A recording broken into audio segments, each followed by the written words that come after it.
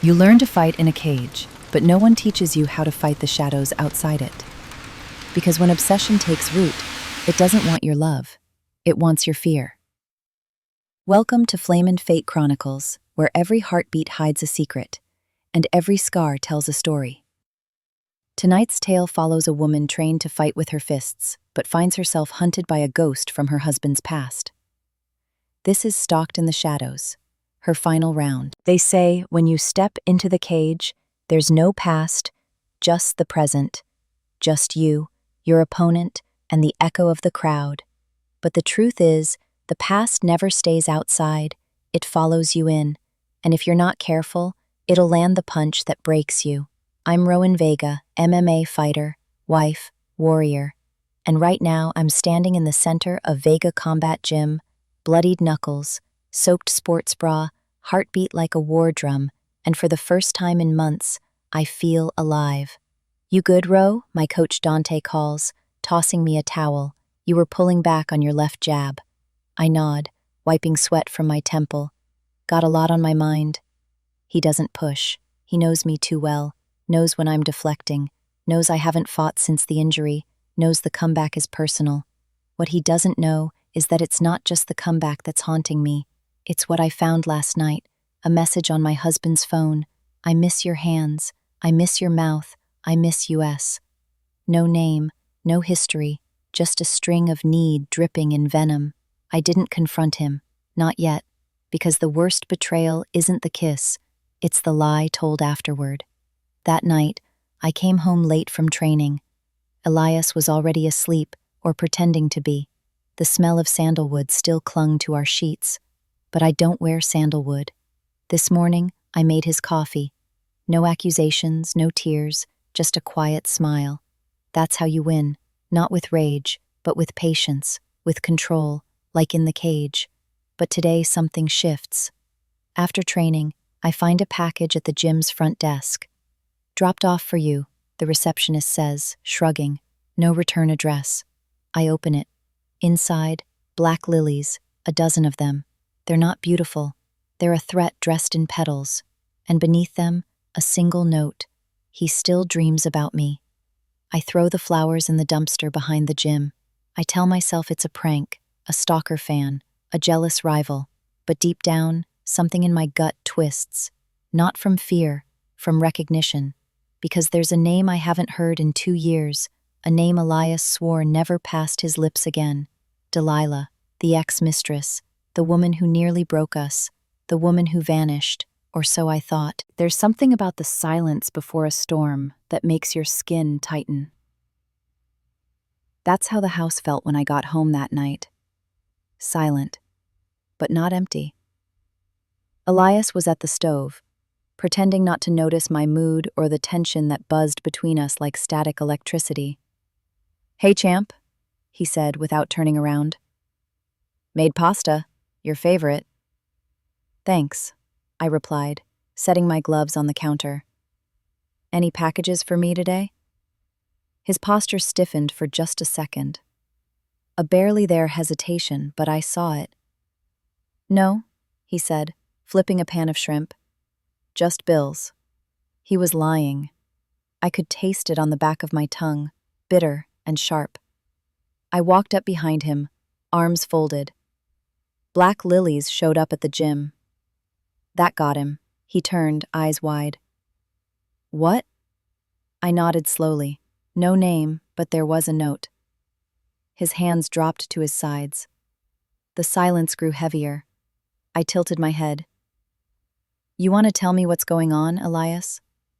He hesitated, then exhaled a long, painful breath that confirmed what I already knew. It was Delilah. Her name was a ghost, and like all ghosts, it refused to stay buried. Flashback, 2 years ago. I had been recovering from a torn ligament, off the grid, out of training, drowning in physical therapy and mental fog. That's when she slid in.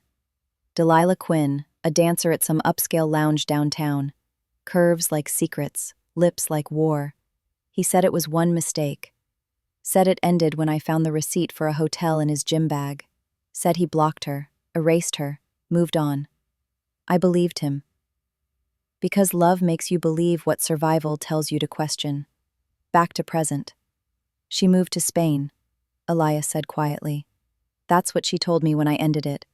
She promised she'd never contact me again. And you believed her? His silence answered me. I stared at him, the man who saved lives by day and nearly destroyed mine by night. I didn't shout, didn't cry, just said, I need space.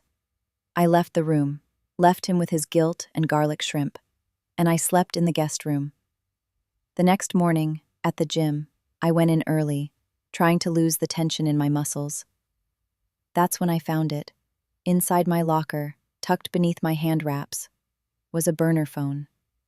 No passcode, no contacts, just one image. Elias, asleep, shirtless, in our bed. The timestamp was 2 nights ago, and below it, a message. Don't worry, he moans the same for you too. My fingers curled around the phone like a fist. I didn't scream. I didn't throw it. I just stared at it until my vision blurred. Because this wasn't just obsession anymore. It was invasion, and someone had been in our home. Later that evening, I drove around our neighborhood, eyes flicking to the rearview mirror every few seconds. That's when I noticed it. A black SUV, windows tinted, following at a careful distance. It turned when I turned, slowed when I slowed, vanished when I sped up. I whipped the car around and chased it for 4 blocks, but it slipped through a yellow light and disappeared like a mirage. That night, I sat in my car outside my own home, keys in the ignition, engine off, watching the shadows shift across the lawn. And I realized something bone deep. This wasn't about Elias anymore. This was about me. She didn't just want him back. She wanted to replace me. There's a difference between being watched in the cage and being watched in your life. In the cage, the crowd cheers, cameras flash, you own your body and its power. But out here, you feel hollowed out, like your skin is someone else's territory. I tried to drown the fear in training, sweat it out, fight it out, punch until the sound of gloves hitting the bag silenced the whisper of her voice in my head. But Delilah was inside me now, not in some spiritual way, in a parasitic way, burrowing under my skin, threading through my veins. And no matter how hard I hit, I couldn't expel her. Row, Coach Dante said after my 3rd dropped sparring session that week. You're off. You okay? I nodded too fast. Yeah, just tired. He didn't believe me, but he didn't push either. Instead, he handed me a water bottle and muttered, Your fists are solid, but your head's gone. And if your head's gone, you're gonna get hurt. I smiled weakly and walked away. Because he was right, and I was scared. Later that night, I showered at the gym. Everyone else had gone home. I liked it that way, the solitude, the echo of water, the ritual of cleansing after a fight. But when I stepped out of the shower and grabbed my towel, it was wet, and it smelled like perfume. Not mine. Sweet, sharp, familiar. Sandalwood. I dropped it, backed into the corner of the stall, naked, dripping. And then I saw it, scrawled across the fogged mirror. You still sweat like a sinner. I didn't scream, I didn't run, I dressed in silence, fists clenched so tight my nails broke the skin of my palms. She had been there. While I was vulnerable, exposed, and she wanted me to know it. The police were useless. There's no proof of forced entry, Ms. Vega, the officer said after taking my statement. Could be a fan, could be a prank. Prank. I wanted to laugh, or punch a wall, maybe both. They told me to install security cameras, change my locks, stay alert. As if I wasn't already sleeping with a blade beneath my pillow. My mother once told me, men cheat for the body, women destroy for the soul. I didn't understand it back then. She disappeared when I was 11. No note, no explanation. Just vanished. I wonder sometimes if someone destroyed her soul too. Back in my car, I opened the burner phone again, the one from my locker. There was a new photo. Me, asleep, in my bed, taken from the doorway. My spine turned to ice. There was no timestamp this time, no message, just silence, which somehow felt louder. I pulled into a pharmacy at 1 a.m., bought a burner phone of my own, new locks, a set of motion detectors, and mace.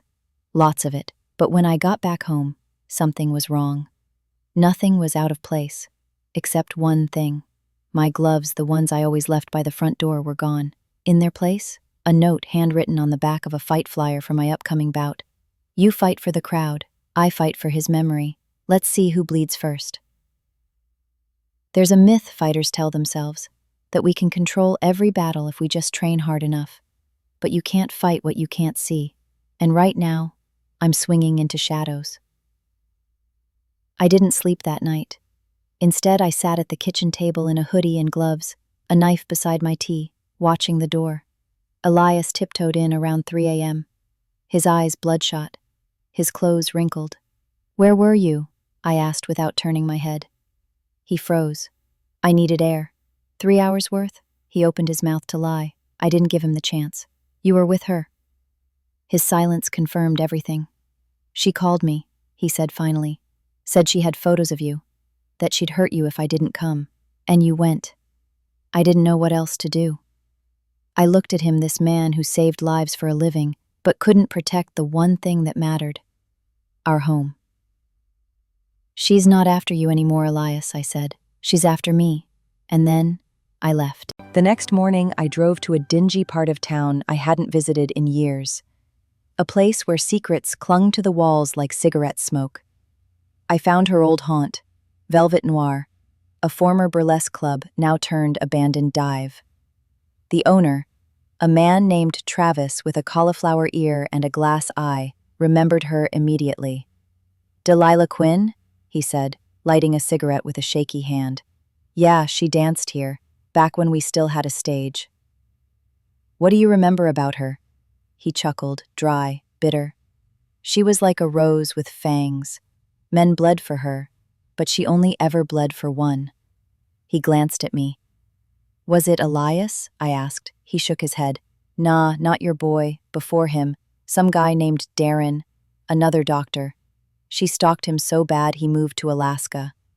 I dug deeper, online forums, old photos, even gossip blogs. Everywhere she went, Delilah left a trail, of seduction, of obsession, of destruction. One woman posted a thread titled, "She took my husband and burned my life." Another, "Delilah Quinn ruined my sister. She was never the same." This wasn't just a woman scorned. This was a predator who collected lives. That night, I came home to an open window, one I never left unlocked. Inside, everything looked untouched until I stepped into the kitchen. On the counter, a photo of me and Elias from our wedding, sliced in half. Her half, the one with Elias, left whole. My half, burned. Ash around the edges. The fire still faintly warm. I checked the new locks, intact. The motion sensors, dead. Batteries ripped out. She had been in my house. Again. And I didn't even hear her come. I called the police. Again. They opened a case this time only because I now had physical evidence. But that didn't stop the fear. Didn't stop the nightmares, didn't stop me from waking in cold sweats, convinced I could smell her perfume in my sheets. So I did something I never thought I would. I reached out to her. I texted from a burner. "You want to face me? Then face me. Let's end this." No reply. For hours. Then finally, one message. "Soon, but first, I want to give you a present." I stared at the screen for a long time, and then I heard a knock at the door. When I opened it, no one was there, just a box.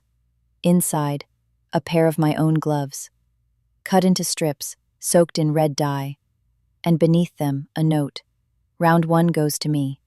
Fighters learn to watch for the faintest signal, a blink, a breath, a twitch that tells you pain is coming.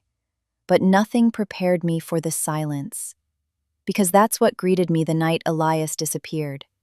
Not a scream, not a struggle, just Silence. I came home from the gym around 8 p.m. Door was unlocked, strange, but not alarming. Elias's car was in the driveway. His phone sat charging on the counter, wallet in the dish, shoes by the door. But Elias? Gone. Elias? I called. No answer.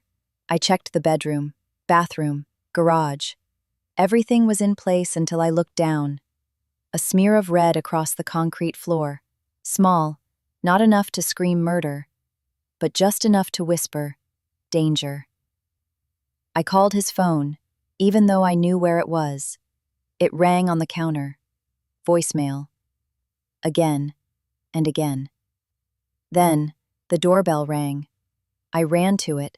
No one. Just a white envelope on the mat. Inside, a printed photo.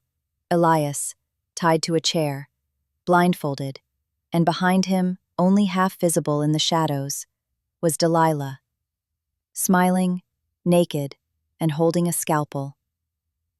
I dropped the envelope like it burned. It did. Not my skin, my sanity. I called the police. Again. They took the photo, started a formal investigation, told me to stay put, that it was under control, but nothing about this was in control. This was a war, and I was the target. I couldn't sleep, couldn't sit still. So I went back to the gym, back to the only place that felt like mine. There, I sat under the fluorescent lights, wrapping my hands like it was ritual, something sacred, something normal. That's when I remembered her journal. 3 weeks earlier, a friend had tipped me off about Delilah's old apartment, said it was being cleaned out by the building manager. I bribed the guy with a fight poster and cash. He let me in. Among the leftover furniture and shattered glass, I found a red, leather-bound journal under the floorboards. I hadn't had the guts to read it, until now. I opened it at the gym, hands still wrapped. Every page was filled with looping script, elegant, obsessive. Page after page of Elias's name and mine. But it wasn't just about love, or sex, or revenge. It was fixation. Delilah didn't just want Elias back. She wanted to become me. One entry read, "Rowan doesn't deserve what I shaped. I softened him, tamed him. She gets the reward for my labor." Another, "She fights in cages because she's scared to fight herself. But I see her. I see through her. I could break her with a whisper." The pages got darker the further I read. Drawings of me, my gym, my house, all sketched with obsessive detail. And then, a photo stapled to the last page, of my mother. I dropped the journal. How did she have that? It was the only photo I had left, one that vanished years ago. I stared at that photo for hours, remembering the woman who told me never to trust beautiful lies. Remembering how she vanished without a trace. And now Delilah had a piece of her. This wasn't about Elias anymore. This was personal. She wasn't trying to destroy me. She was trying to rewrite me. I grabbed my gloves, threw on my hoodie, and whispered to myself, "You want the fight, Delilah? You just got it." Because now I had nothing left to lose. They say when you enter the ring, leave everything else behind. But I couldn't. Not the note, not the blood, not the image of Elias tied to a chair with a woman's breath on his neck and madness in her eyes. I wrapped my hands anyway, put on my gloves anyway, walked into that arena like I was made of stone. But inside, I was fracturing. The lights were blinding. The roar of the crowd was distant, like a memory I couldn't fully reach. Announcer's voice boomed through the arena. Rowan, the Vixen Vega, returning after 18 months of silence. The cage door slammed shut behind me, and suddenly, the world narrowed. My opponent? A rising fighter named Ivy Blake. Tough, quick, young. But she wasn't the threat. Delilah was. The bell rang. Round 1. I came in too fast, rage in my arms, not strategy. I took a hook to the jaw, hard, stumbled. Crowd gasped. Dante shouted from the corner, "Control your breath, Ro." I couldn't. I kept seeing Delilah's face behind Ivy's, kept hearing Elias's muffled screams in the back of my mind. I was losing. Not to Ivy, to everything else. Round 2. I refocused, found my rhythm, landed a clean elbow to Ivy's temple. The crowd erupted, but I didn't hear it. I was staring at Section 3, Row D, the edge of the crowd, where she sat. Delilah, disguised in a dark wig, red lips, black sunglasses, smiling, clapping, slow, taunting, intimate. I broke Ivy's guard and threw her to the mat. Ref called for break, blood on her lip. Mine or hers, I didn't know. I backed into my corner, chest heaving, eyes still locked on Delilah. She blew me a kiss and mouthed, "You're welcome." I wanted to leap into the crowd, drag her into the cage, but I didn't.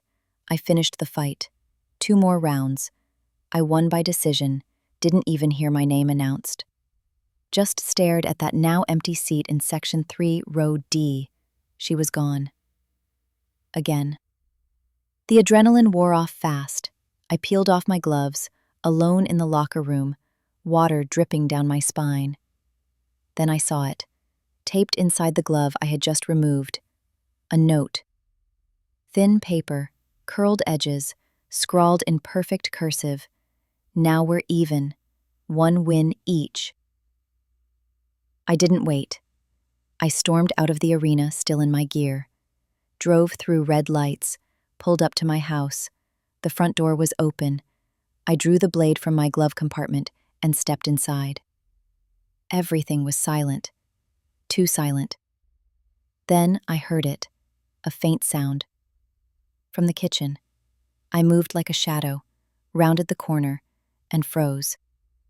Elias, tied to a chair, blindfolded, shirtless, alive, breathing hard, shaking. Candlelight flickered across his chest, casting monstrous shadows. And behind him, Delilah, standing barefoot, dressed in a crimson silk slip, a scalpel in one hand, a smile on her lips. "About time," she said sweetly. "You always were slow outside the cage." There's a difference between fighting for a title and fighting for your life. One earns you a belt, the other earns you silence. I stood in the kitchen doorway, breath shallow, knife still in hand. Elias was bound, blood trickling from the corner of his mouth. His blindfold had slipped just enough for one eye to show wide and pleading. Delilah stood behind him, barefoot, poised, calm. The scalpel gleamed in her hand like she'd practiced holding it 100 times. "You're prettier when you're angry," she said, smiling like we were friends meeting for drinks. I didn't respond. I stepped forward slow, steady, calculating. She tilted her head, admiring me like I was a painting. "I watched your fight," she said. "You're powerful, but predictable." My pulse pounded. I needed to get Elias out. But one wrong move, and that scalpel would find his throat. So I stalled. "You never wanted him," I said, voice cold. "You wanted me." She smirked.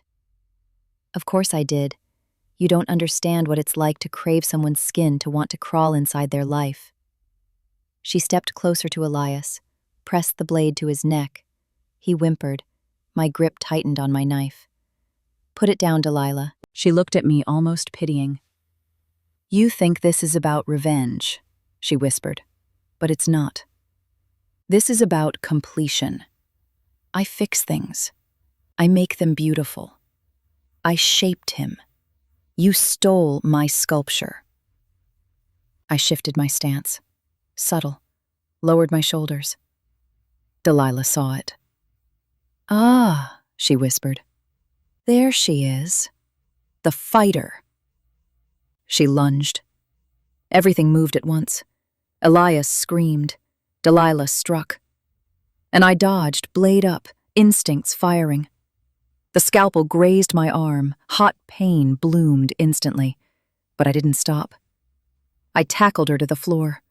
We rolled, limbs flailing, knees slamming into hardwood, breath and blood mixing into chaos. She was stronger than I expected, wild, desperate. But desperation doesn't beat training.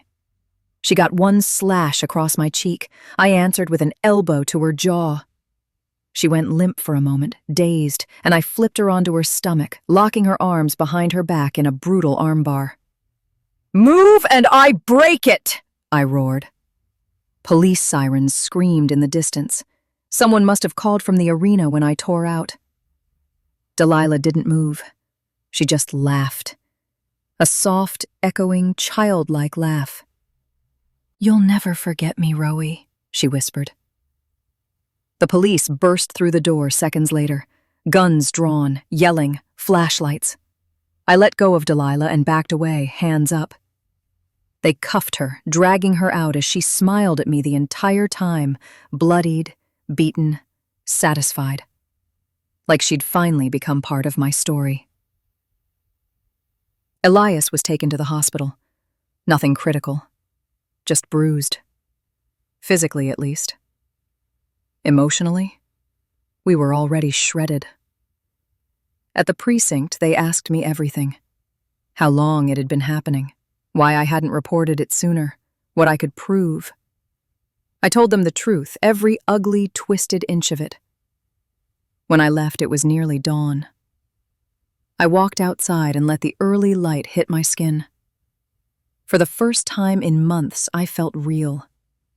Not safe, but real. Later that day, Elias was released from the hospital. He tried to talk to me, tried to apologize. "I should have protected you," he said. "I should have stopped this before it started." I looked at him, really looked. And I knew we were over, not because I didn't love him, but because loving him nearly got me killed. "I need space," I said simply. And this time, I meant it. The thing about scars is people assume they fade. They don't. They just learn how to blend into your skin, like they belong there. It's been 3 weeks since the night I fought for my life on my kitchen floor. 3 weeks since Delilah was dragged out in cuffs, blood dripping from her lips, eyes glued to mine like I was her masterpiece. 3 weeks since I left Elias at the hospital and never looked back. He called, texted, emailed. I didn't answer. Because there's nothing left to say when someone gives your enemy the key to your door, even if it wasn't on purpose, even if they thought they were doing the right thing. I stayed with Coach Dante for a few nights. He didn't ask questions, just gave me space. And quiet. He let me train when I wanted, cry when I needed, sleep when I could. It wasn't healing, but it was the first time I didn't feel hunted. One morning I looked at myself in the mirror.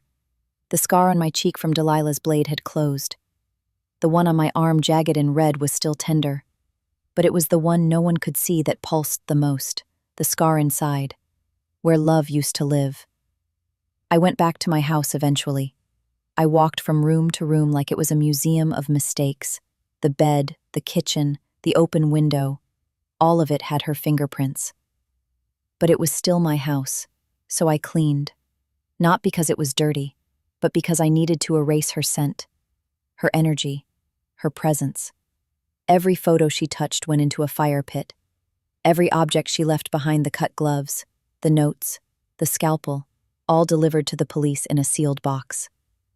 I didn't want trophies. I wanted silence, and slowly it came. Not all at once, but like a tide. 1 inch, 1 breath. 1 heartbeat at a time. I sat in the gym alone one night, lights off, gloves in my lap. The cage was quiet. No fans, no spotlights, just me. And my reflection in the plexiglass. I didn't return to the ring, not yet, maybe not ever, because I realized the worst fights aren't the ones in the cage. They're the ones you wage against ghosts, against versions of yourself you no longer want to carry. I started therapy. First session, I didn't speak for 10 minutes. Then I said, I keep waiting for her to come back. The therapist nodded. And what would you do if she did? I didn't hesitate. I'd win again, but this time I'd break less. Elias filed for divorce. It was mutual. Civil. Simple. It didn't feel like loss. It felt like release. I kept the house. Painted the walls. Changed the locks. Replaced every mirror. One night, I lit a single candle on the kitchen table where it all ended and whispered, "You don't get to live here anymore. Not to Elias, not to Delilah, not to fear, just to myself." They say the strongest fighters know when to walk away. Not out of weakness, not out of fear, but because they've already won. 6 months later, I haven't stepped back into the cage. And I don't miss it. What I miss is control. What I crave is truth. What I found is something better than glory. Purpose. I spend my mornings at Phoenix Rise, a community center for survivors of abuse. They come in with broken wrists, shattered confidence, and eyes that scan every exit. I teach them how to fight not to win titles, but to walk streets with their heads high again. We start with stance, then breath, then power, but always, always choice. Because choice was the first thing Delilah took from me, and I swore I'd never let another woman feel that stripped. My favorite student is a 15-year-old girl named Amari. Quiet. Quick. Eyes like mine, a little too old for her age. She asked me once, "Were you ever scared?" I smiled. Every damn day. But I fought anyway. She hasn't missed a class since. Elias emailed last week. Said he moved to Seattle. Found peace. Said he was sorry. I didn't respond. Because some chapters don't need final lines. Just a closed cover. As for Delilah, she was declared mentally unfit to stand trial. Institutionalized. No visitation. No contact. Sometimes I wonder if she still says my name in the dark. If she still whispers my story like a lullaby before bed. But then I remember. She doesn't own it anymore. I do. Today, I opened my own studio. Shadowbox Collective. It's not fancy, but it's safe, and it's mine. I hung 2 photos in the locker room. One, my first professional fight win, hands raised, eyes fierce. The other, a photo of my mother, still missing, still gone, but still part of the fight. Underneath those photos in bold letters I painted, "She who fights in shadows still burns with light." I step into the ring sometimes not to train, just to remember. The feel of the mat, the echo of breath, the silence before the bell. And I smile. Because I don't fight for them anymore. Not for the crowd, not for the man who betrayed me, not for the woman who tried to erase me. I fight for me. Thank you for joining us on Flame Fate Chronicles, where scars tell truths and survival sings louder than fear. Tonight, you witnessed a woman born in battle, become a warrior of her own peace. This was Stalked in the Shadows, her final round. Until next time, stay fierce, stay free, and remember, even in the dark, you're never fighting alone.